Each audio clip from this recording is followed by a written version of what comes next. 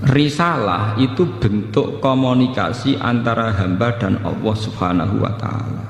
Jadi tidak ada presentasi atau tidak ada target untuk bahwa supaya mereka iman semua itu tidak. Jadi gampangannya risalah itu ben suara Allah didengar, bahwa aturannya Allah harus didengar. In alaika illal balagh, bahwa aturan Allah itu harus napa? Didengar. Mulane kesunatane para ulama, para pakar, para intelektual harus ngomong terus. Kebenaran meskipun nggak dilakukan itu harus diomongkan terus. Sekali kebenaran didiamkan, entah itu atas nama liberalisasi atau demokrasi, maka Allah akan mencabut barokatul ardi dan pasti akan terjadi prahara besar, pasti terjadi kiamat. Dan itu naudzubillah min syarri napa? Kebenaran itu harus diomongkan terus. Kita harus ngomong terus. Saya itu pernah debat kusir sama seorang profesor, pernah debat kusir sama seorang kiai yang tawadhu. Saya bilang gini, seorang ulama itu dono unsur premane, kudu ngomong terus kebenaran. Wes ora ono wong ngandel lah, pokoke ngomong terus. Ora perlu ono wong ngandel, wes keliru lah pokoke ngomong. Begini, saya punya hadis sahih dari riwayatnya Imam Ahmad. Inna Allaha ta'ala la yanzi'a barakatal ardi hatta la yuqala fil ardi lizalim antaz zalim. Allah tidak akan mencabut barokatul ardi sampai di bumi tidak dikatakan pada orang zalim antaz zalim. Sekarang begini misalnya, contoh paling mudah yang kita mendapat berkah. Contoh paling mudah kita mendapat berkah dari contoh ini. Sebetulnya atas nama etika Jawa, etika Jawa. Kita nanti tonggo lonte, iku sawangane secara etika wis urusane dewi-dewi. Ora usah mbok omongno iku lonte, sundel, sembah kono. Tapi barokahnya kebenaran bahwa orang nakal harus kita katakan sundel lonte. Itu kelontean dan kesundelan akan tabu terus selama orang masih ngomong untuk lonte itu sundel, untuk orang BTS itu lonte atau sundel. Artinya apa? Orang masih jijik atau merendahkan derajat mereka yang berprofesi sebagai lonte atau sundel. Dan ini baik bagi agama, bagi keberlangsungan moral, karena masih ada yang menjijikkan proses-proses yang salah. Meskipun kita sebagai ulama, sebagai tokoh masyarakat, tentu mereka kita kasih ruang taubat, juga kita kasih hak-hak sebagai martabat, sebagai manusia. Tapi kita tetap akan bilang bahwa itu namanya lonte, sundel atau apa. Ini rungokno tenan. Sehingga apa? Dengan posisi masyarakat yang merendahkan derajat atau yang berprofesi lonte, orang inginnya itu dagang secara baik-baik, orang inginnya jadi PNS secara baik-baik, orang inginnya dapat uang lewat ternak secara baik-baik, karena mereka tidak mau resiko ngambil profesi cari uang yang resiko dihujat masyarakat. Baik. Bayangkan nanti mungkin di era anak cucu kita, orang yang lonte, yang sundel dibahasakan itu hak asasi. Sehingga orang mungkin generasi anak cucu kita sudah tidak ada istilah lonte sundel. Setiap perilaku sosial dianggap hak asasi. Dan itu awal dari tidak ada agama. Awal dari tidak ada agama. Karena kemudian sing ternak ya hak asasi, sing lonte dianggap hak. Itu bahaya sekali bagi keberlangsungan agama dan moral, dan negara juga nanti repot. Artinya apa? Sebetulnya sifat-sifat anarkis masyarakat, anarkis dengan tanda kutip anarkis terutama dalam perkataan, maling darani maling, lonte darani lonte, itu menolong agama. Karena dengan stigma, dengan pelakupan masyarakat sing jelek, perilaku ini terdianggap jijik. Dengan dianggap jijik, agama bisa jalan. Artinya bisa jalan ngeten nggih. Karena si A yang lonte itu dihujat masyarakat, yang lain-lain nggak pernah ingin cita-cita jadi lonte. Sehingga masyarakat akan, bahkan mungkin anaknya lonte sendiri, karena tahu nasib ibunya dihujat, juga bercita-cita tidak jadi nopo lonte. Coba kalau tidak mendapat hukuman dari masyarakat, ibuku begitu juga tidak ada apa-apa. Paham ya? Makanya lonte dan apa akan subur di masyarakat yang sudah tidak peduli dengan nilai-nilai ini. Misalnya di kota-kota besar atau di kawasan lonte. Karena sesama lonte saling tidak mengatakan tabu. Makanya aman. Jadi aku pulau terkenang hadis riwayat Ahmad. Allah tidak mencabut barokatul ardi sehingga orang-orang zalim tidak dikatakan antas zalim. Itu bahaya sekali kalau kita sudah tidak peduli terhadap itu. Nah, risalahnya Allah kepada Nabi Muhammad itu sing penting bahwa benar dikatakan benar, salah dikatakan salah. Tidak harus gol, tidak harus apa? Gol. Misalnya begini, saya sebagai ulama akan ngomong terus kalau riba itu haram, bunga bank itu haram. Meskipun pakar-pakar ekonomi, pakar perbankan akan mengatakan hil sing mustahil, sebuah sistem keuangan tanpa apa? Tanpa apa? Bunga, tanpa bank. Itu muhal. Tapi kita sebagai ulama harus ngomong terus, riba itu haram. Saya tuh pernah ketemu sama orang yang membidangi perbankan. Pak Bahak, saya akan ngomong terus kalau bunga itu penting karena itu harga mati dalam sistem perbankan. Ya saya bilang, saya akan ngomong terus kalau riba itu haram sebagai konsekuensi bahwa ulama harus mengatakan kalau riba itu haram. Tapi kan gak realistis, ekonomi itu tidak jalan kalau tidak ada riba. Ya saya bilang, kemelaratan itu akan jalan terus selagi yang kaya masih menghisap yang miskin. Ya itu memang saya akui akibatnya ya begitu ya sama. Artinya ya. Tapi kita akan menjadi bodoh ketika pakar-pakar ekonomi mengatakan tidak ada bunga maka tidak ada perbankan, ekonomi macet. Kita seakan-akan bodoh dan kalah. Sebetulnya mereka yang ngerti kok dengan sistem bunga maka akan terus terjadi penghisapan yang kuat sama yang miskin. Sampai baca tek-tek pidato direktur IMF itu sering mengakui harus ada perubahan sistem keuangan dunia. Tetap ada yang salah karena berkali-kali IMF itu kalau jadi dokternya negara yang kolab tambah parah. Tapi kenapa kita selalu ngaku apakah? Makanya kalau setuju wonten riwayat hadis dan ini sahih, idza dzaharatil fitanu wal bid'u falyudhiril alim ilmahu. Ketika ada fitnah, ada bid'ah, orang alim sementing ngetokno ngalime, ora malah tawaduk muni kula mboten derek-derek mboten. Falyudhiril alim ilmahu. Orang alim harus menunjukkan kealimannya. Sing alim kudu ngaku ngalim. Paham? Aja sing alim ngaku bodoh. Bahaya, tawaduk sing bahaya. Falyudhiril alim ilmu. Sing alim kudu ngaku ngalim. Kalau tidak, wa illa fa'alaihi la'natullahi wal malaikati wan nasi asma. Itu akan dekat laknat. Karena kalau kebenaran tidak diomongkan, maka nilai masyarakat pasti kacau. Pasti apa? Kacau. Misalnya begini, ini contoh dan peringatan sekaligus. Contoh dan peringatan. Wong-wong sing derek toreko, sing derek ngaji kula teng mriki, kudu tunjukno bahwa kita lebih bahagia. Haram ke melok toreko nek ijek kesak-kesik, ijek mesombat-sambat ra di dhuwit. Dosa gedhe. Elek-eleki toreko. Kowe sing ngaji ning kene kok ora iso seneng yo haram. Elek-eleki wong ngaji.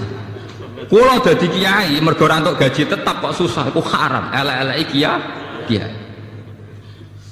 Kenapa saya mengatakan demikian? Begini masalahnya, seperti tadi yang dikatakan MC Sa berkali-kali ngomong, orang di kafe cari hiburan itu biar seneng, orang main gitar di jalan-jalan biar asik.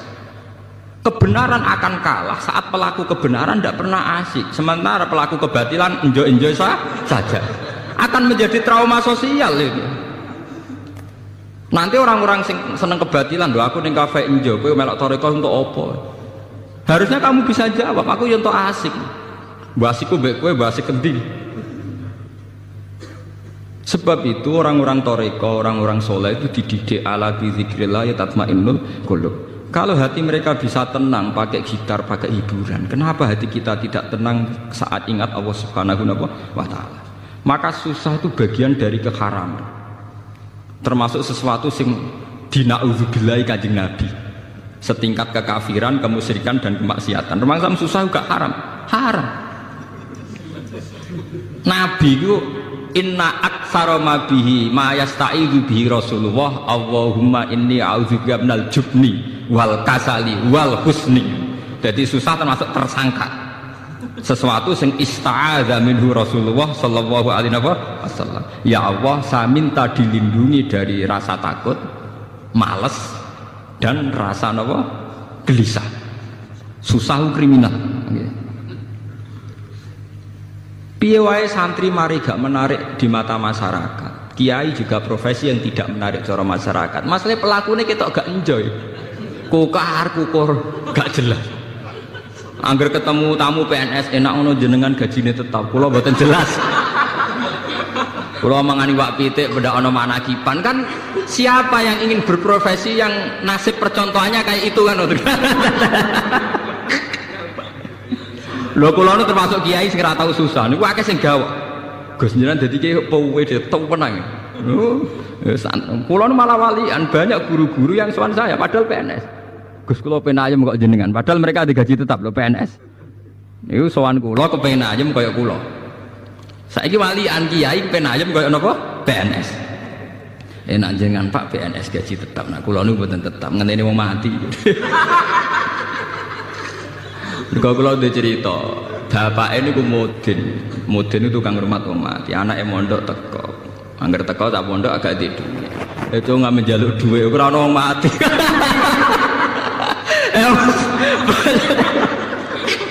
Bagaimana profesi kayak ini bisa menarik? Wong di rezeki ngenteni wong mati. Mangani wak pitik ngenteni wong manakipan. Bagaimana profesi kayak ini bisa menarik? Wis ngono secara fisik ya klunak-klunuk, kukar-kukur. Nak ana pegawai negeri jenengan ngoten enak Pak untuk gaji tetap. Kula dadi kiai gajine gak tetap. Saya itu tidak pernah. Itu menurut saya itu haram besar, dosa. Kula sering didolani guru SD, guru SMP, PNS. Resep urip ayam apa Pak? Dadi ayam saya gampang dadi kiai ayam. Tapi kiai penghasilannya kan gak tetap. Jadi sapa? Sing gak tetap penghasilan, harus gini pengiran tetap. Oh malah goblok kamu. Rezekimu ngenteni tiap bulan. Rezekiku gak tetep kok saking seringe gak tiap bulan. Aku kadang rezeki tiap dina. Winder. Berarti sampe nak sering di dhuwit. Malah goblok meneh daran rezeki mesti dhuwit malah goblok meneh. Rezeki ora mesti dhuwit, sehat ya rezeki, seneng ya rezeki. Iku malah dadi bodoh meneh. Daran rezeki mesti napa? Dhuwit. Iku penyempitan ilmiah. Anak wong intelek ciri utamane ora goblok kamu. Termasuk goblok daran rezeki mesti napa? Dhuwit. Berarti enak gak dadi kiai, enak banget.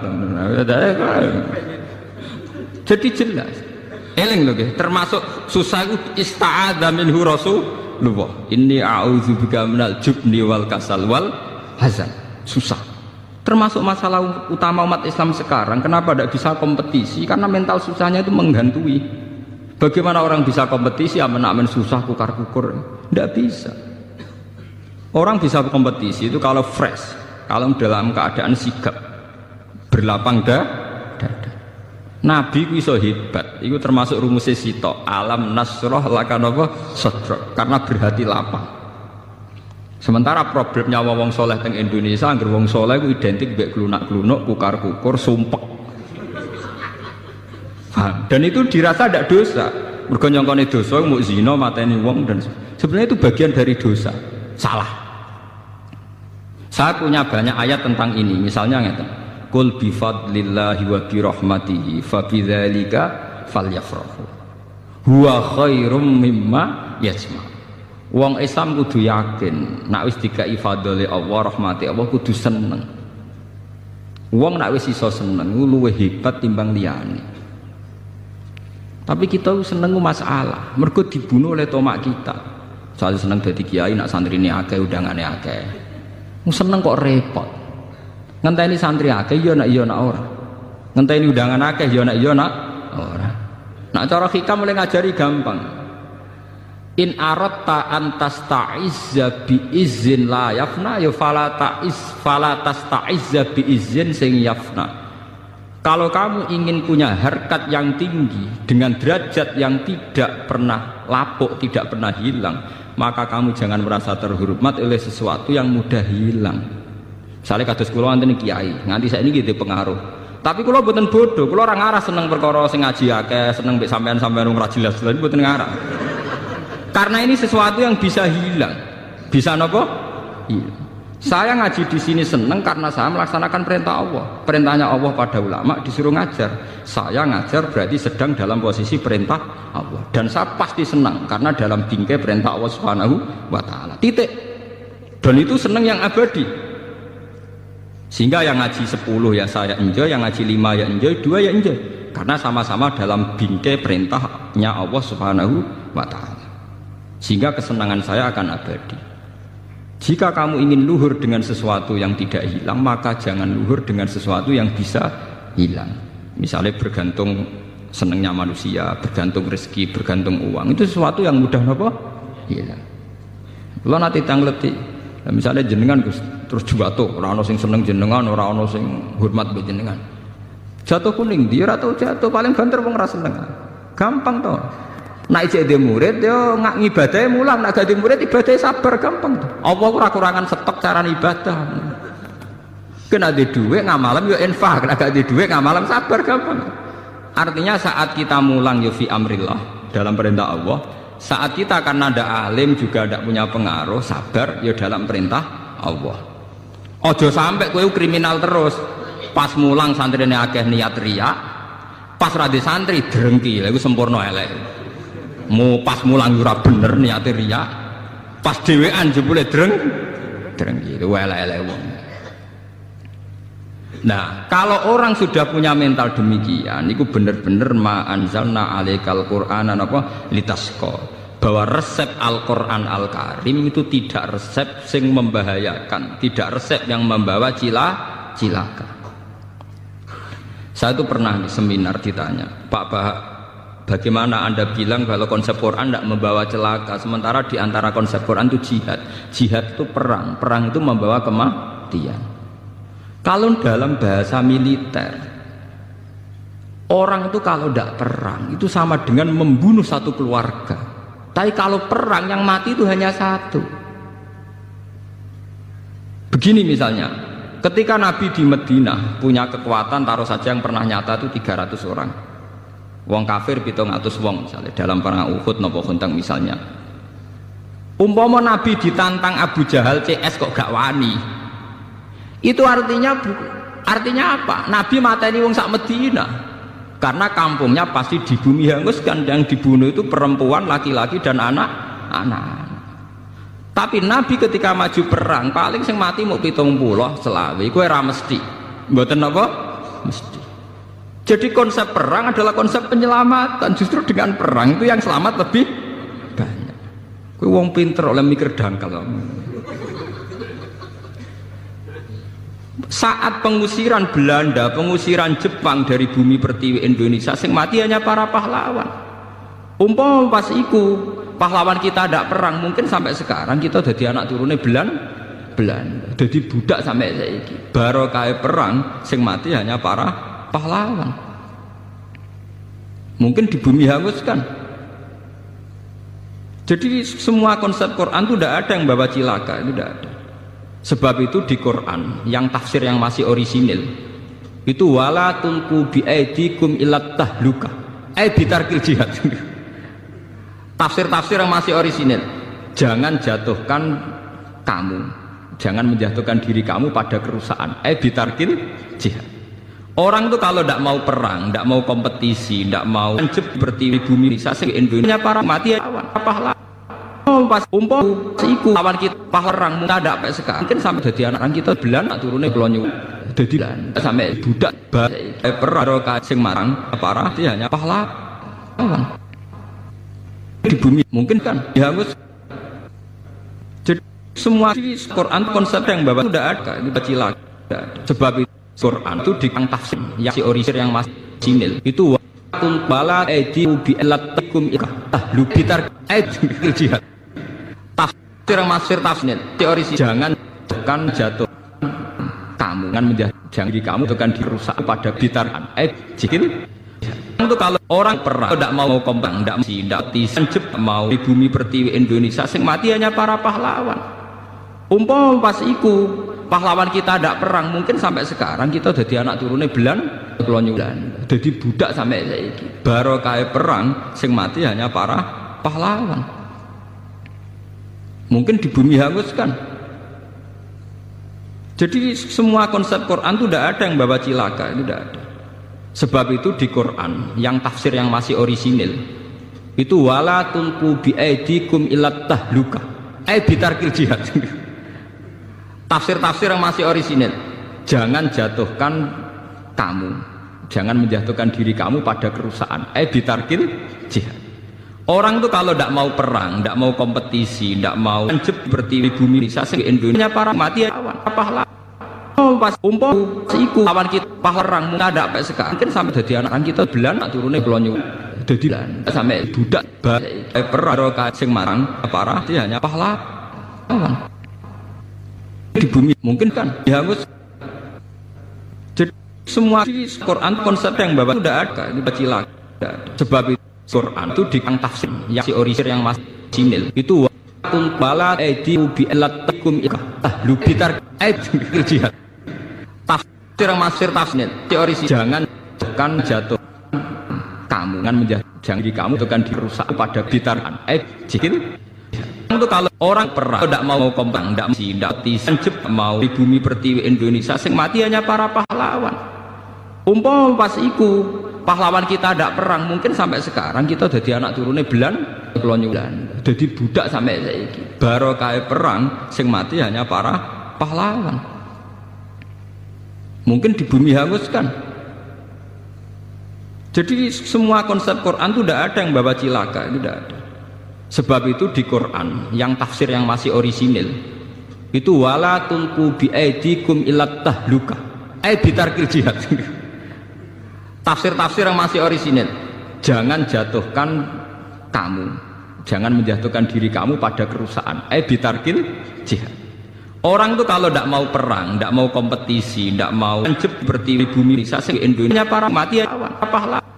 Oh pas umpam iku lawan kita pahlawan nggak ada sampai sekarang. Mungkin sampai jadi anak kita belan nak turune pelonyo.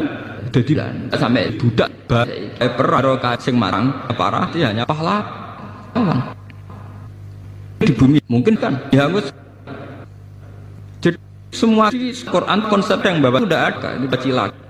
Sebab itu Quran itu di tafsir yang si orisir yang masih simil itu wakul bala edi ubi elatikum lu bitar jihad tafsir yang masih tafsir si orisir jangan jatuh kamu kan jangan di kamu itu kan dirusak pada bitarkan jihad itu kalau orang perang triliunan. Menurut survei di Bantul Jogja di kota-kota Indonesia togel itu semalam itu kisaran uangnya 2 miliar. Sementara bisnis tasbih itu 10 tahun orang ngarah ngasih duit 10 miliar. Artinya apa? Kalau sudah ada tidak moral agama global ini artinya apa? Kalau sudah tidak ada moral agama maka pakar-pakar ekonomi akan melirik prospeknya perdagangan wanita, dugem dan prostitusi karena jelas-jelas menghasilkan uang. Tapi karena masih ada moral tentu ini tidak bisa dilirik karena masih dianggap kriminal. Ngoten. Uang sepakat ya, bisnis tasbih mek kodho mesti prospek kan. Wong ya sepakat. Misalnya minyak itu kesunatan Rasulullah, saiki bisnis minyak mbek bir tetap prospek napa? Bir. Paham ya? Artinya begini ya. Bahwa jalan-jalan pintas ini tidak ditempuh oleh negara kita karena kita masih negara yang religius. Kalau mau jalan pintas Indonesia bisa ngalahkan Hong Kong. Coba sekarang misalnya Bali dijadikan kayak Hong Kong, Batam dijadikan kayak Nevada atau Las Vegas, selesai. Bisnis kayak gitu tuh cepat sekali. Coba sampean pikir. Makanya saya hanya minta kalau mereka berkompetisi dalam politik ya yang serius, tapi yang baik. Saya adil ngomong ini karena saya tidak politik. Tapi saya dukung teman-teman saya itu asal waras, otaknya waras, terus hatinya gini apa? Waras. Ojo malah bareng mewakili partai Islam di sini tertangkap selingkuh, malah perkara, malah jadi perkara. Tapi yang jelas kita harus terima kasih sama kompetitor, sama pelaku-pelaku politik karena ini menjaga nilai apa? Moral. Makanya kita terima kasih sama ketika kerja sama Pak Karno, Pak Nasir, Kiai Maskur, Kiai Wahid Hasim dan sinten Mas Agus Mansur dan sebagainya tokoh-tokoh besar. Dulu itu termasuk sila ketiga sing napa keadilan yang beradab. Indonesia itu ketuhanan yang Maha Esa terus termasuk bangsa sing napa beradab. Beradab ini penting. Sebenarnya saat itu sudah ada misalnya rumus-rumus ekonomi negara sosialis sama rata sama rasa. Negara-negara yang anti nilai agama akan menjual apa saja. Lha sampean tak ceritani, Indonesia kok cepet sugih ku piye? Batik ning gone Solo ning Yogya cek mikir najis bareng. Kesuwen sugih. Mergawe kok ana mikir najis, ana mikir mughaladhah mutawasithah. Sementara Cina bekas kondomnya dadi aksesoris. Kondom ku kontaineran. Mlebu ning pabrik dadi napa? Aksesoris, ora ana najis. Indonesia kok ora boros piye? Misale celana dalam bar dinggo wis mlebu limbah, digone jare najis mbok jijik. Cara Cina ora ana jijik najis. Bekas kondom meneh ada celana dalam kondom karuan kondom. Niku limbahe dadi aksesoris perempuan. Nah, kalau kita kan sering banyak ada limbah. Angger nganggep jijik utawa najis kan enggak dipakai lah lagi. Sementara mereka enak saja. Mulane wonten kanca kula sing kurang ajar. Kowe roh Gus bab wong barat cepet sugih, wong Islam cepet melarat. Lah wong Islam kok Islam sih. Nganggo klambi kok jubah sarung gak kakean. Wong barat klambi mau cukup katokan cekak irit. Ya dagep wong barat itu luwih fashion. Mulane cepet apa? Sugih. Wong Islam boros. Sarungan klambinan cek jubah kadang rangkep-rangkep cek serbanan iku ngentekno donya. Cangkemmu. Sajane ora ngono cara berpikir. Wong Islam sugih-sugih. Mergo wong barat gak tau nganggo klambi sing wis dadi. Jadi cara cangkem sing elek, nak wong katokan cekathok mbek kaosan porot itu dadi klambi rung dadi kok dienggo. Mergo cara wong Islam iku lagi ketokan pertama. Dalam teori wong Islam klambi lagi ngono jenenge ketokan apa? Pertama, urung dadi. Cara mereka wis klambi napa? Dadi. Paham ya? Kalau kamu sudah bisa berpikir kayak saya, sudah berpikir kayak Quran, itu benar-benar ma'anzalna alaikal Qur'anan apa? Litasqa. Bahwa konsep Quran, resep Quran itu tidak membawa celaka, bahkan membawa kesejahteraan fid dunya apa? Wal akhirah. Jadi masalahnya kita sebagai pelaku muslim, sebagai kiai, sebagai ulama, sebagai tokoh Islam, banyak sesuatu yang dilarang Islam tapi menjadi mental kita.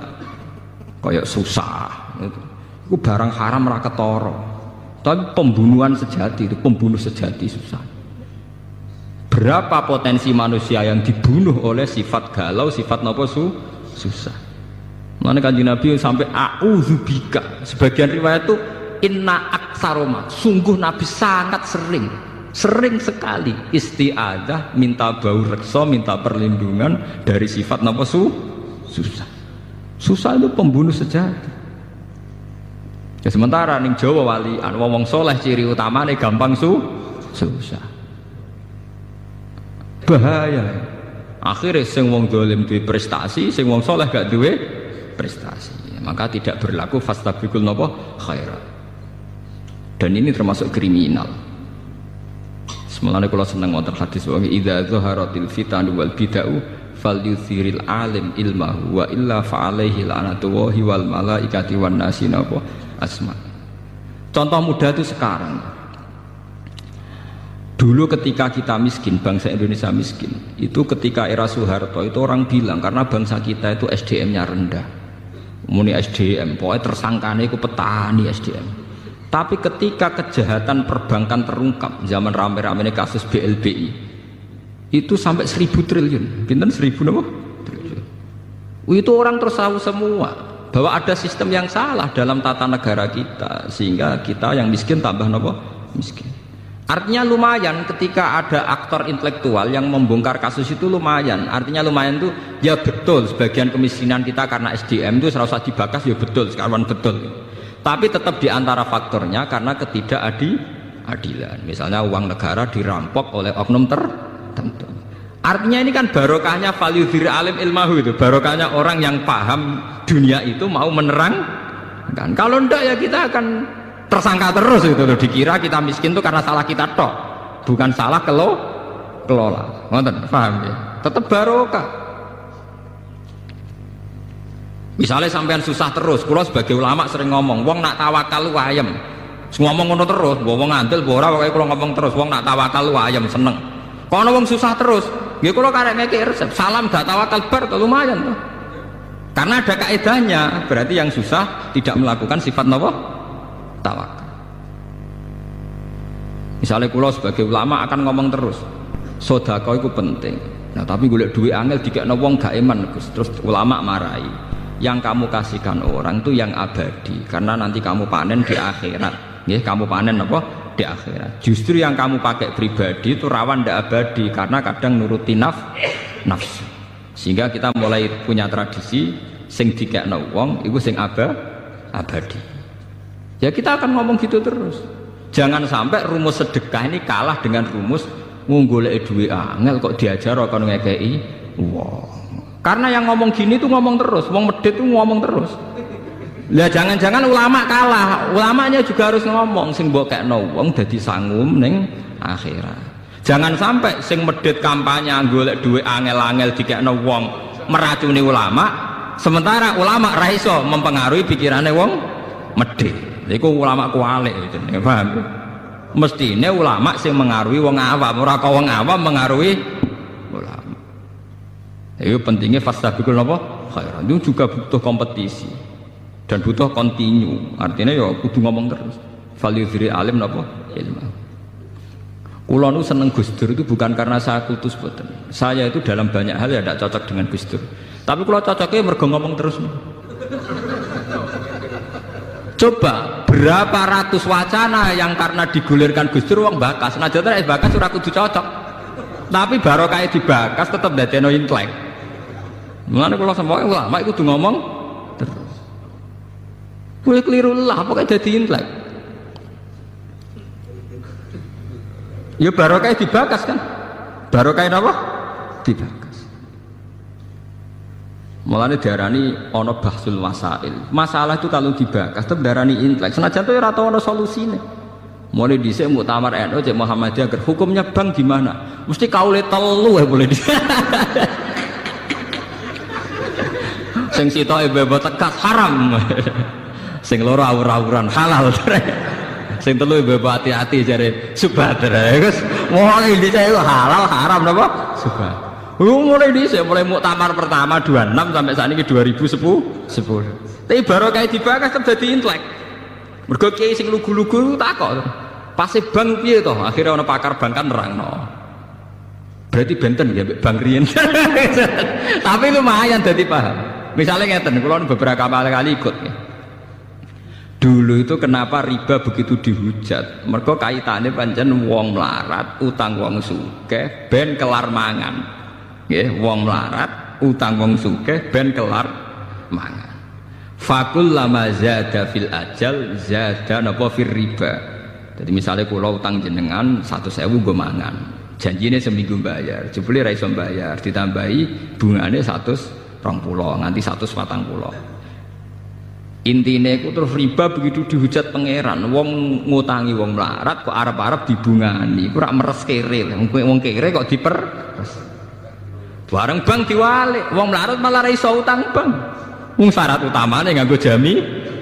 Sing yuta utang wong sugih. Bareng kiai ini diterang. Dados bank duit negara, Mbah. Nggih, duit negara. Jumlahnya miliaran triliunan niku sing saged utang tiang-tiang sugih, terutama Cina-Cina niku. Lah niku nak jenengan haramno ngangge bunga. Berarti nyaure lawaran lho, Mbah. Negara ora untung. Nak ngoten benten.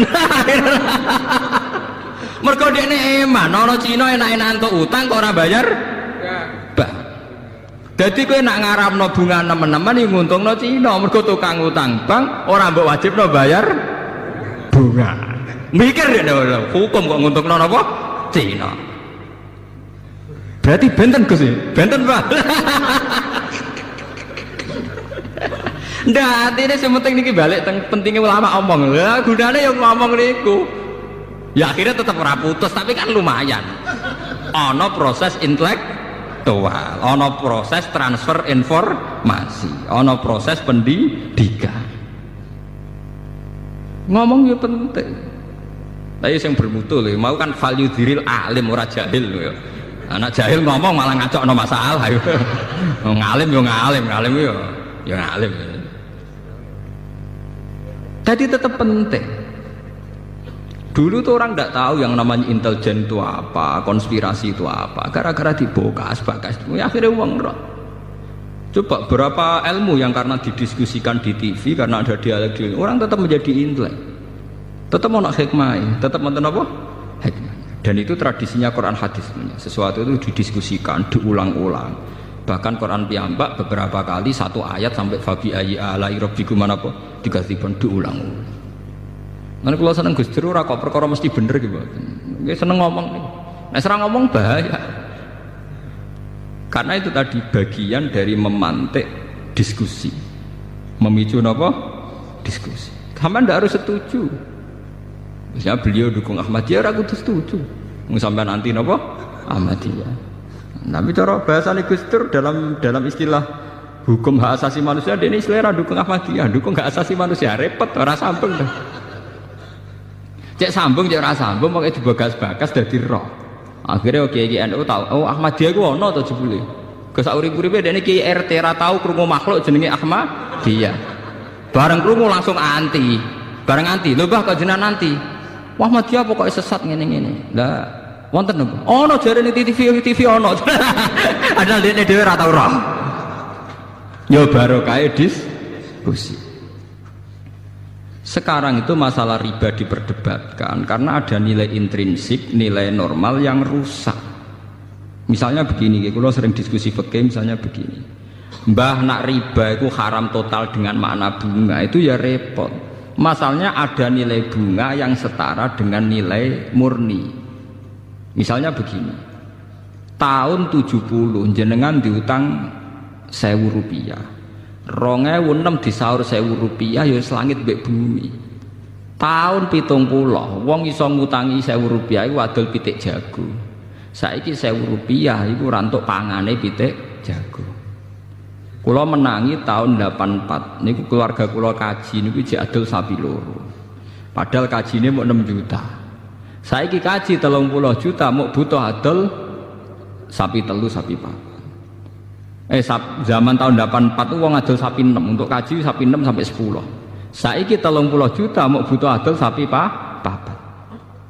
Artinya apa? Nilai uang itu gak terkendali. Mulane cara wong desa-desa, Gus kaji saiki luwih murah timbang dhisik. Ibu kula cerita zaman mbah kula haji niku entek sapi nganti 16. Terus era pesawat entek sapi 6 sampai 7. Sakniki 30 juta mau entek sapi pinten sekawan. Artinya misalnya uang tahun 80 diutang 7 juta. Sekarang 2010 kon nyaur 7 juta. Itu ya tetap tidak adil. Ya tetap napa? Tidak adil. Mbok ya pakai krus dan krus ini diakui oleh Islam. Gini ku kalau dalam masalah begitu disuruh pakai krus emas. Jadi uang 20 juta atau 2 juta itu saat itu mendapat emas berapa gram? Di krus nggak gini apa? Emas. Nah sekarang kalau 2010 ya emas itu berapa? Sebab itu dalam ekonomi Islam, dalam fikih-fikih fulus itu tidak pernah dihitung sebagai mata uang. Wa in rojat rawajan nukut, meskipun berlaku kayak uang emas, sing dihitung tetap napa? Emas. Dan ternyata di bank-bank dunia sampai sekarang yang dihitung juga krus napa? Emas. Lah coba dalam masalah kayak gini terus kamu samakan dengan riba dengan arti bunga ini kan beda sekali. Itu kan penyusutan faktor deflasi, faktor pengurangan nilai uang. Lho nggih to nggih. Misale sampean diutang tahun 80, diutang 2 juta. Tahun 2010 disaur 2,5 juta. Terus kowe ngukumi sing 500.000 riba, mergo nambahi. Jare sing ngutangi tambah apa ya cek rugi aku. 2 juta dhisik, 2 juta saiki, setengah saiki ku jek akeh 2 juta. Mbok arani riba gak trimo tenan lho. Kok mbok arani riba ku piye aku cek rugi kok mbok arani apa? Riba. Wong dhisik aku ngutangi kowe 2 juta wis adol sapi, saiki 2 juta untuk wedhus misalnya. Lah, barokah diskusi niki kula mboten nentokno hukum lho nggih. Ini ndak saya dalam konteks nentokno hukum mboten. Barokah diskusi akhirnya kiai-kiai ku roh masalah yang terjadi dalam sistem keuangan. Berarti benten Gus, ya benten. Akhirnya ono lahir kaul subhat ya Gus, ono subhat. Akhirnya boleh dhisik karena basul masail masalah riba itu haram, halal, subhat. Lah nek sing halal diputusi, kenekatan niku gak ono ulama senekat itu ndak. Iku iseng, mboten ngarah ono riba halal muhal. Tapi masalahnya riba dengan sistem perbankan sesuatu yang dulu-dulunya memang beda itu. Dhisik wong kere utang nggo mangan. Saiki sing iso utang kudu wong sugih. Wong syarat awal kudu ngangge napa? sertifikat ngangge jaminan. Iki kowe mau 30% saka nilai napa? Agunan. Faham niku pentingnya napa? Idza dzaharatul fitan wal bid'ah falyuziril alim napa? Ilmu. Sudah gitu sebetulnya nggih dalam utang piutang wong kampung itu ada solusi. Yang tidak riba tapi baik. Kulon beberapa kali mutusno sengketa iku tangga-tangga kulon niku kathah di masalah ngoten. Misale pamane ngutangi adike, dienggo kawine ponakane. Biasane kan didolo pedet nggo sapi. Walhasil tahun 90 Gus kula nu tahun 90 diutangi 600.000. Riyen niku tak dolo pedet. Lho saiki 2010 ape disaur 600.000. Niku hukume piye, Gus? Ya kowe dhisik ngutangi adol pedet ya kok nyaur pedet. Tenan disaur pedet tenan ya payu 1,5 juta tenan. Paham ya? Kita harus adil. Itu tidak riba. Nggih kula kandhani. Misale termasuk riba, gelem ra gelem kudu jenengan ikhlasno. Piye wae kakake sampean iso ngutangi sampean barokah adol pedet. Dhuwit 600.000 wujude adol pedet. Saiki saur pedet ae nek kowe ora kuwatir. Ndene yo ngakoni adik nggih Gus Riyen didol pedet. Ternyata disaur pedet dadi 1,5 juta nganti 2 juta. Toh jelas-jelas Nabi dawuh khiyarukum ahsanukum qadaan. Sing apik sing utang ku tau diri. Iku Nabi nate utang pedet disaur sapi. Nggih, Nabi nate utang pedet disaur napa? Sapi. Ketika sahabat tidak mau nerima, ya Rasulullah, yang saya pinjamkan ke jenengan itu pedet. Ora, aku wong apik. Nah apik ku nak nyaur diluwahi jarene. Aku wong apik, wong pilihan. Nah wong pilihan ku ning dinggon ya ngluwahi. Terus ana dawuh khiyarukum ahsanukum qadaan. Dadi kowe nak ngaramno riba nemen-nemen niku mendukung gerakan medhit. Nggih catet nggih. Kowe ngaramno riba gerakno pasukan medhit, nguntungno Cina sing nggawa dhuwit negara. Dadi cara bahasa kasare ngeten. Umat Islam ngringano bebane Cina. Mergo nak utang bank ra usah bayar bunga. Gelem kowe nguntungno. Mikir ya bolak-balik barokah diskusi. Berarti kalau munamuni bank haram ya rada keliru Gus. Sebelah sing untung Cina. Lah masane jenengan sing untung sinten. Ya barokah napa? Diskusi. Makanya kalau nyuwun jamaah teng mriki napa sinten mawon. Orang itu harus jangan merasa pinter sendiri, harus mau berwacana, berdiskusi. Ojo sinau dhewe ning kuwamar pepeh kitabe kuno baleni kuno terus rasa paling bener mergo sakral. Pemenen lampune ublik terus kok sakral-sakral dhewe. Kadang kita itu kultus itu karena fisik. Juga le dukun ning desa ngisor pring, rata wadus sawangane muandi. Tapi nek wis ning gone lobi hotel muacak nggawa HP, sawangane wis gak mandi. Lha iku jenenge wong ku kena justifikasi, kena napa? Nggih ngoten niku. Menusa pancen ngoten niku. Seakan-akan diskusi modern itu pasti sekuler, yang salah pasti benar, tidak bisa begitu. Bapak dukun ngisor kali, ngisor wit, golekane wangel, mobil ra iso, sepeda motor gak iso. Wonge ra tau wadus, wa tak wadus. Sanjen sawangane mandi tenan. Jajal kowe ning dukun, HP-ne wis 3G, omahe rumpesi, sawangane kan rapati napa? Mandi. Padahal iso wae kowe mandi timbang sing ning ngisor napa? Kali. Nah, tapi manusia itu mudah terjugesti. Wong salaf sing penggaweane ning omah, balene kuno sinau kitab-kitab kuno. Sawangane mesti wong bener. Sementara sing modern itu gawe organisasi nyelametno umat, sawangane wong mlete. Tapi sawae cara Allah bener sing itu. Mergo sing itu elek-elek sing ngurmati umat Kanjeng Nabi. Sing ning omah terus egois ngurusi awake dhewe. Paham ya? Cek barokah sing itu. Ijek ngurusi wong akeh. Khairun nas anfa'uhum linnas. Sing tengok-tengok ning omah kok nang ngurusi awake dhewe. Paham ya? Meskipun tetap wong soleh lho nggih, tapi tingkat kesolehane tetap tinggi sing anfa'uhum linnas. Lah tiang-tiang ngeten terus dijak diskusi ya kaget terus. Napa? Ya, tapi alhamdulillah sampai kula jek do purun tiang-tiang ngoten purun. Ki kula ya termasuk kiai modern sing ikhlas. Gawang ikhlas ora hawane, dadi ora kula nek modernan tiang-tiang sepuh nak tak jek diskusi kula nu jek purun. Mergo hawane bawa akhirat, kula modern lah jek bawa akhirat. Ora kaya sampeyan yo tenan donya tenan.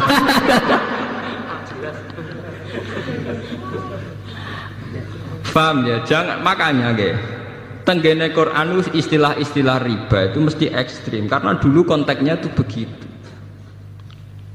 Tapi sekarang masalah riba, masalah bunga macam-macam wis konteksnya luas.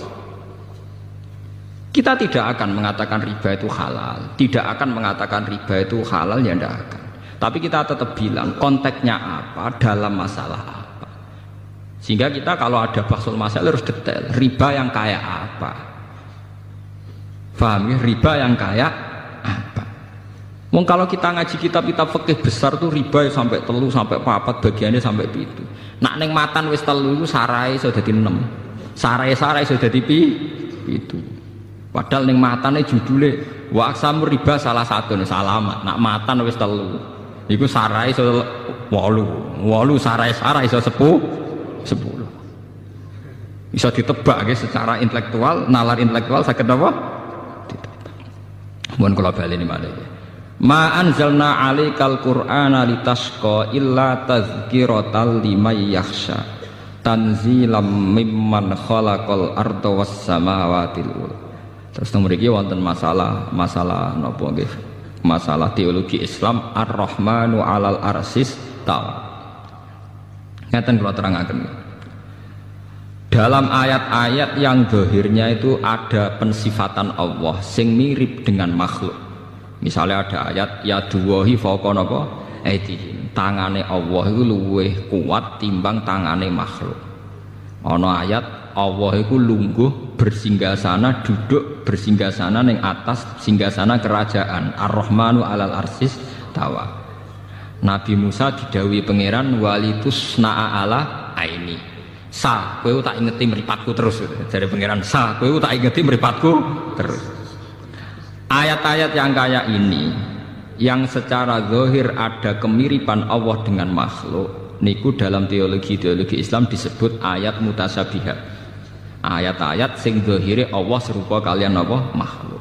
Padahal jelas-jelas aturan pokok dalam mensifati Allah niku jelas-jelas laisa kamislihi napa syai'un. Allah ndak ada samanya. Atau dalam istilah populer Allah mesti mukhalafatul lil hawadisi. Nah tenggene surat Ikhlas istilahnya walam yakul lahu kufuwan ahad. Allah tidak ada sing ngembari. Lah akhirnya ulama itu ya mau butuhe ra kembar. Akhirnya ana loro meneh, iki diskusi meneh. Jare ulama salaf takoki. Imam Ahmad ditakoki Imam Malik, apa Allah di tangan yo duwe wong dawe Allah ya duwe fakon apa aitihim. Rak koyok kita, ya rak koyok tangan. Jawa di meripat ya duwe, rak koyok kita, ya rak koyok meripatan. Allah lungguh ning singgasana iya ya lungguh, ya rak koyok lungguh. Lah ulama kholaf luwe intelek. Asline ora pati paham tapi pokoke sawangane intelek. Jadi ya duwai fauqa aitihim kinayatun anil kudrah was sultanah. Maksudnya ora tangan tapi kekuasaan. Itu bahasa persemon, kinayah mbok majas cara Jawa. Jadi maknane tangane Allah, maknane kekuasaane Allah. Paham nggih? Lah nek sakniki wonten ayat Allah duduk di singgasana kerajaan, maknane bertahta. Tunggale misalnya raja baru diangkat kan dikatakan raja bertahta, duduk di atas singgasana. Padahal pas dibenem mbek ngadeg lho. Raja itu saat dinobatkan jadi raja sampai lungguh sampai ngadeg. Tapi istilahnya duduk di atas singgasana. Maknanya bertahta. Iku jenenge takwil. Nggih, jenenge napa? Takwil. Lah nek Allah disebut Allah kagungan meripat, maknanya kagungan penglihatan. Meskipun tidak meripat sing lahu hadaqatun sing kados kita duwe teleng, duwe retina, duwe bola mata dan sebagainya. Intinya dua ulama ini sepakat pokoknya tetap harus mukhalafatul hawadisi, bahwa Allah itu tidak kayak kita. Okay. Tapi masalahnya Allah siambak kalian manusia saat menjelaskan hukum manusia niku pasti pakai perangkat media yang dipahami manusia. Misalnya ngeten, mata itu bisa melihat sesuatu kalau benda yang dilihat itu memancarkan sinar. Sama takokno pakar-pakar optik, yang punya sinar itu bukan matanya tapi benda yang dilihat. Gitu gini pacar-pacar. Sebab itu gambarannya Nabi Musa roh pangeran itu muncul sebuah nur cahaya. Kalau orang-orang optiker, orang-orang ahli pakar mata itu nggak janggal karena benda bisa dilihat itu kalau memunculkan apa? Sinar atau cahaya. Tapi malah santri-santri sing klunak-klunuk wong Islam sing ortodok malah bahaya. Berarti Allah rupa nur. Nur sinar padane kaya listrik kaya lampu. Malah keliru. Dalam teori-teori penglihatan, nggih, wong optik darani sesuatu yang dilihat bisa dilihat itu karena ada unsur apa? Cahaya. Makanya maknani cahaya jangan makna lugu koyok Allah merupakan koyok lampu koyok apa mboten. Tapi piye wae ceritane Nabi Musa sing ngeten iki dimanfaatno iblis. Iblis itu ngendikane Syekh Abdul Qadir niku nate ngaku teng ngarepe Syekh Abdul Qadir beberapa wali niku digagalkan kewaliannya oleh iblis. Mergo iblis mendo-mendo dadi nur koyok ning gambarane pertemuane mbek Nabi napa Musa. Nggih, kayak pertemuane kalian sinten? Nabi Musa. Akhirnya iblis sing ngaku pangeran itu dianggap pangeran tenan. Terus para wali-wali sing junior iki, wali latihan niku gagal dadi wali mergo saiki nyembah sinten iblis. Dan itu hanya bisa dibatalkan luwih fahamnya ulama. Mestinya saat melihat begitu kita harus yakin laisa kamislihi napa sayun. Oh dasar iblis gak ngarah Allah raine kaya kowe mestine kudu dipisah. Paham ya? Makanya banyak cerita-cerita di kitab-kitab itu dan ini orisinal menurut saya cerita-cerita ini. Turune wong alim iku luweh ibadah timbang ibadahe wong bodoh. Maksudnya bukan masalah turu mbek ibadah kok apik turu mboten. Ada pola ibadah yang salah, nggih, ada pola ibadah yang salah. Misalnya begini ya, contoh yang paling nyata ya. Wong bodoh niku kadang ora roh dur. Pepe seneng sholat, ngamen ning masjid sholat. Tapi sekali mlebu omah, "Dek, sarapanku wis mateng. Endi gedang gorengku, Mang?" Niku kula ngaji teng Yogyakarta tak bulan baleni. Sehingga kenangannya anak istri itu bapak nak teko iku mangan. Cah cilik roe kenangane sampean, pokoke anggere bapak teko iku mangan, bariku glegeken, bariku rokok. Padahal wong saleh tenan, nek ning masjid ya qobliyah, ba'diyah apa ae dilakoni. Tapi ketika di rumah khas sebagai manusia sing koyok kewan golekane pakanan nah iku kental. Ngamuk perkara rokoke ilang, mbok ngamuk perkara rung disediani mangan, mbok ngamuk perkara gedang gorenge dikekno anake. Padahal jatahe dekne. Ini melahirkan memori yang buruk, memori yang napa? Buruk. Sehingga ibadah sing model ngeten iki, qobliyah ba'diyah ning masjid ora pati ditampa pangeran. Mergo ibadahe wong bodoh. Niku sampai Nabi nate duka. Ada seorang sahabat soleh meneng masjid sholat. Nabi cara mengingatkan sambil duka. La taj'alu buyutakum kuburan. Omahmu iku mbok dadekno kuburan. Coba kalau begini, makanya sholat yang sunat di masjid itu sebetulnya hanya tahiyat masjid dan fardu. Nggih, kabeh ulama ijma' sholat yang sunat di masjid itu hanya tahiyat masjid dan apa? Fardu, ma'al jamaah. Kalau lainnya itu sebaiknya di rumah. Bahkan sholat sunat di rumah itu lebih afdal beberapa kali dibanding sholat sunat di masjid.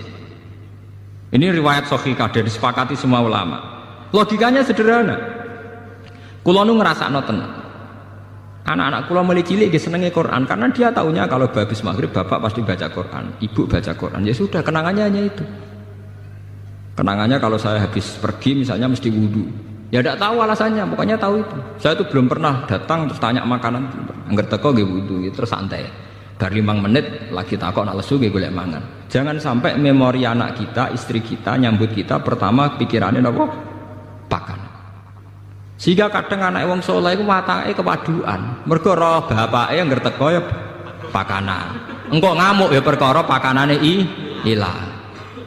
Bagaimana Anda bisa mendidik anak dengan suasana pakanan?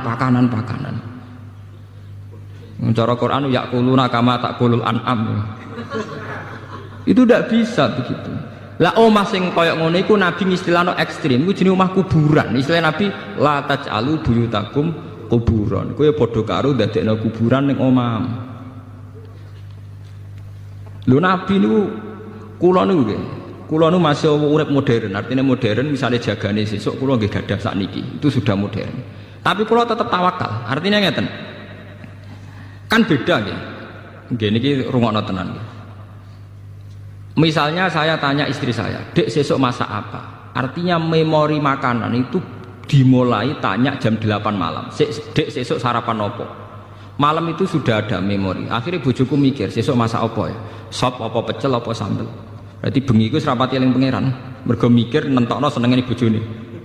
Wesuk tangi turu memulai piye carane gawe pecel. Itu kriminal. Nah, ulama ngoten napa? Kriminal. Coba bandingkan misalnya begini, saya sebagai manusia kadang kepengen sesuk pengen mangan pecel, tapi tak empet. Wes pokoke bengi iku wiridan utawa sinau. Pas mulai jam belanja saya baru bilang, "Dek, apike masak pecel." Itu ada waktu 12 jam di mana saya punya ruang yang bebas mikir agama, mikir ilmu. Bojoku ya di ruang bebas tahajud, mikir ibadah. Karena enggak perlu dicekoki sesuk masak apa. Bedanya sangat beda. Paham ya?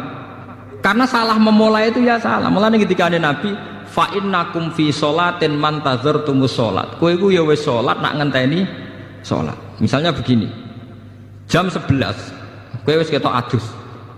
Anak mesti kenangane, bapak ngger jam 11 adus persiapan ning masjid. Berarti satu rumah iku wis sepakat. Ah, bapak orang ngarah mangan, anggere sadus mesti persiapan yang masjid. Orang ngarah mangan. Bojo ora perlu nabrak goreng tempe, goreng gereh, mesti ribet. Paham ya? Lho niki penting, kadang kita wis melarat ribet. Kowe wis melarat, wis terkenal nak teko-teko takok pakanan. Wong duwene gereh mbek lengko kletik entek. Wah, akhirnya bojo kan ribet. Lho wong melarat malah repot. Goreng tuku lengose. Engko barang ape nyumet koreke rusak. Paham ya? Lu wis ngerti nak mangane ndek ning ribetno bojo kok teko-teko takok napa? Mangan iku ora memperkeruh masalah to. Coba kalau dari awal sampai tradisi Islami, karena Rasulullah idza qadima min safarin bada habis salat. Bojomu kan tenang. Gerah ya rontok entek, minyak goreng yang rontok entek, tapi tenang ya, bojoku teko mesti salat sik. Engko ora ngapun arung mangan, wong bar salat itu setane ilang, rapati kereng. Setane rapati kereng. Artinya bener-bener ma anzalna alikal Qur'an apa litasqa. Sing mari kowe tasqa mergo ora tau konsep Qur'an. Kira mentakok pakanan. Wah, akhire kayu entek, bojone nyebal-nyebul kompor ra barbar. Tetep ra mateng-mateng omak. Bareng diamuk sesuk bojone nglawan. Kon masak ngono suwi, ora suwi piye Mas? Duwe ra duwe gara-gara kowe. Wah, akhirnya malah parah. Luwih parah meneh kan.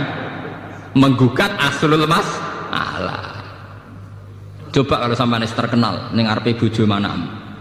Itu harus dilatih. Saya sendiri juga hingga detik ini melatih. Bojo kula niku paling tenan, mboten.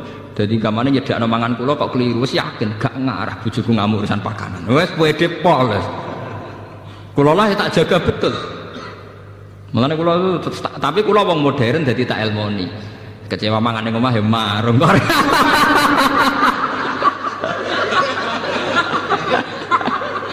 Kok repot.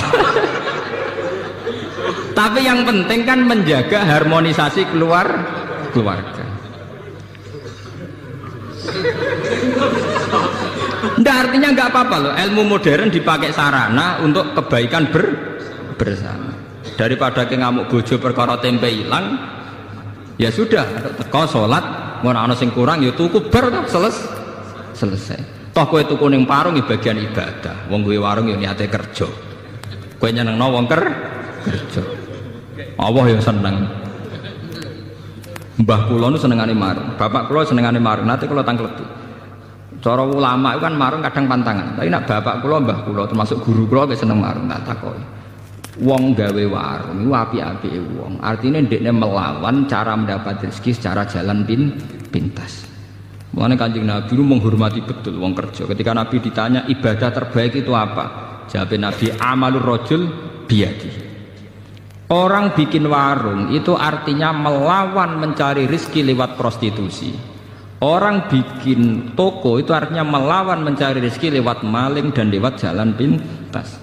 Maka proses-proses perdagangan ini menurut Islam semuanya dianggap ibadah karena sama saja melawan bentuk nyari rezeki lewat jalan pintas.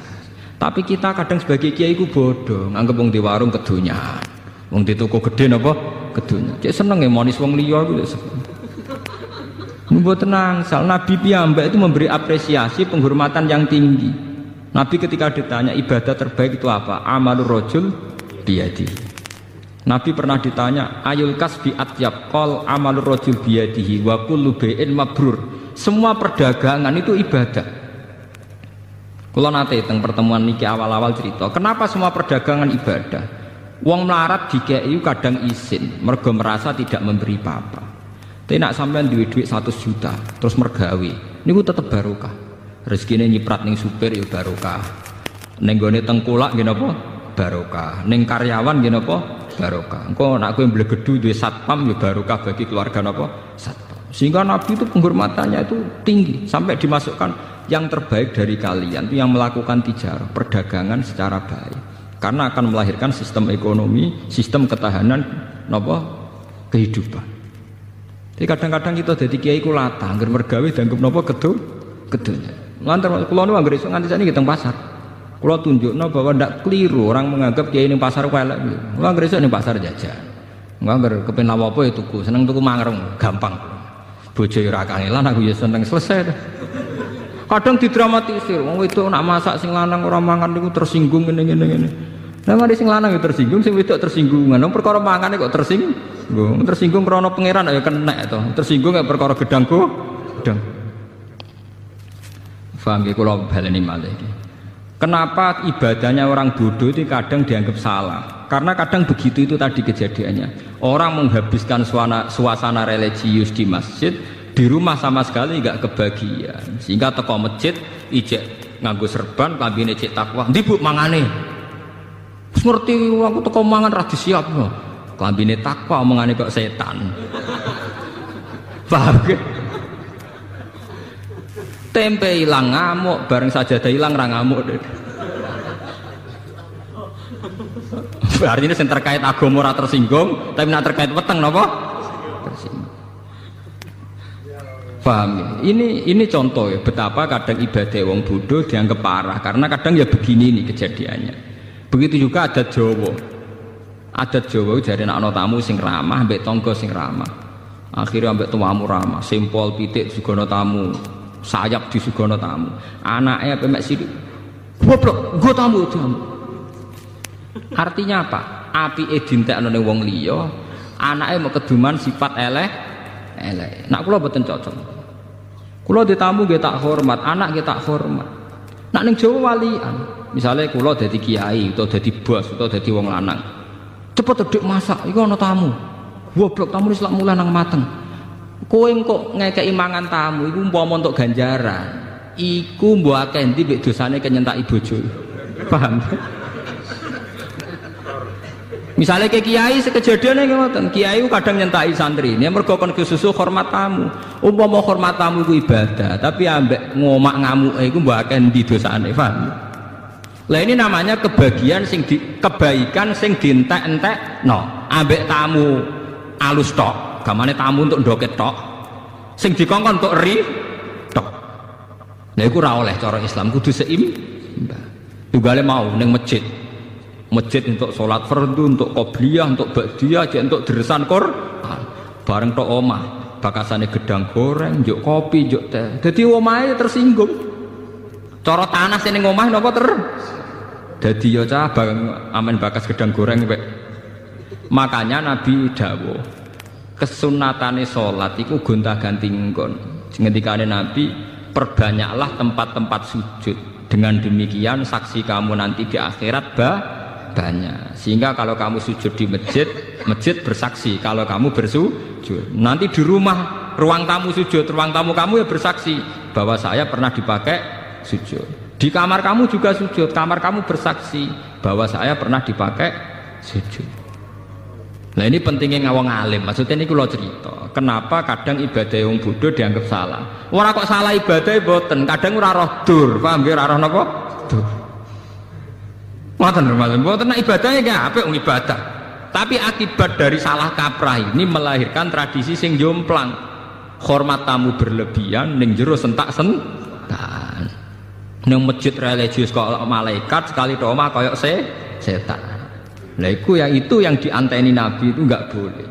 Sampai Nabi ngistilahno la taj'alu buyutakum napa kuburan. Omam iku aja dadekno napa kuburan. Nah, kalau kita sudah bisa begitu pasti ma anzalna alikal qur'ana napa litasqum. Lane sakniki dilatih. Kula pun ngelatih pada diri saya. Misalnya sampean pengen masak sesuk apa, jangan bicarakan malam ini, nunggu sampai besok. Itu Nabi detek. Nabi itu luar biasa. Mulane kula percaya tenan Nabi Muhammad nabi. Percaya tenan. Detek. Lho Nabi nu mboten nate tangklet sesuk ana sarapan ta ora. Sehingga sampai menjadi hukum fikih poso sunat itu ora perlu niat dinepno. Nggih, poso sunat itu ora perlu nginepno napa? Niat. Kejadiannya sederhana. Logikanya gampang. Dalilnya itu Kanjeng Nabi agar esuk lagi takok. Cara mriki nggih 6:30, wektu duha nih 6:30. Sah. Ana sarapan. Mboten enten ya Rasulullah. Jare Nabi ya enak jare. Idzan asumun. Ora ono sing tak pangan yo tak poso sah. Sampai jadi hukum nak poso sunat ora perlu nih. Itu tidak mungkin terjadi pada sampean karena bakas mulai maghrib sesuk ana sarapan ora wis serah. Ngoten to. Artinya kesimpulan dari cerita itu betapa Nabi tidak bakas di malam harinya. Andai kan dibakar kan sudah tahu, paham nggih? Ngoten. Kejadian orang arah terulang kanggo sampean. Mesti wis serah dekne. Kere ta ora sesuk wis serah. Tapi resikonya itu tinggi loh. Kalau sampean ngerti ora di dhuwit sesuk roe bengi, iku bingungnya mulai bengi. Lah nek ora roh kan mulai esuk lagi bingung. Kan lebih singkat, bingungnya lebih apa? Singkat. Jadi ajarannya Nabi itu yang membahagiakan, mempersingkat kebingungan. Loh, ini terapi tenan lho. Kalau ngaji tak niati jagongan, ini terapi tapi tak warai. Niki terapi. Lho kula nu dadi kiai aja perkara ning ngoten. Dadi tak elmoni. Bisa kok di elmoni bisa.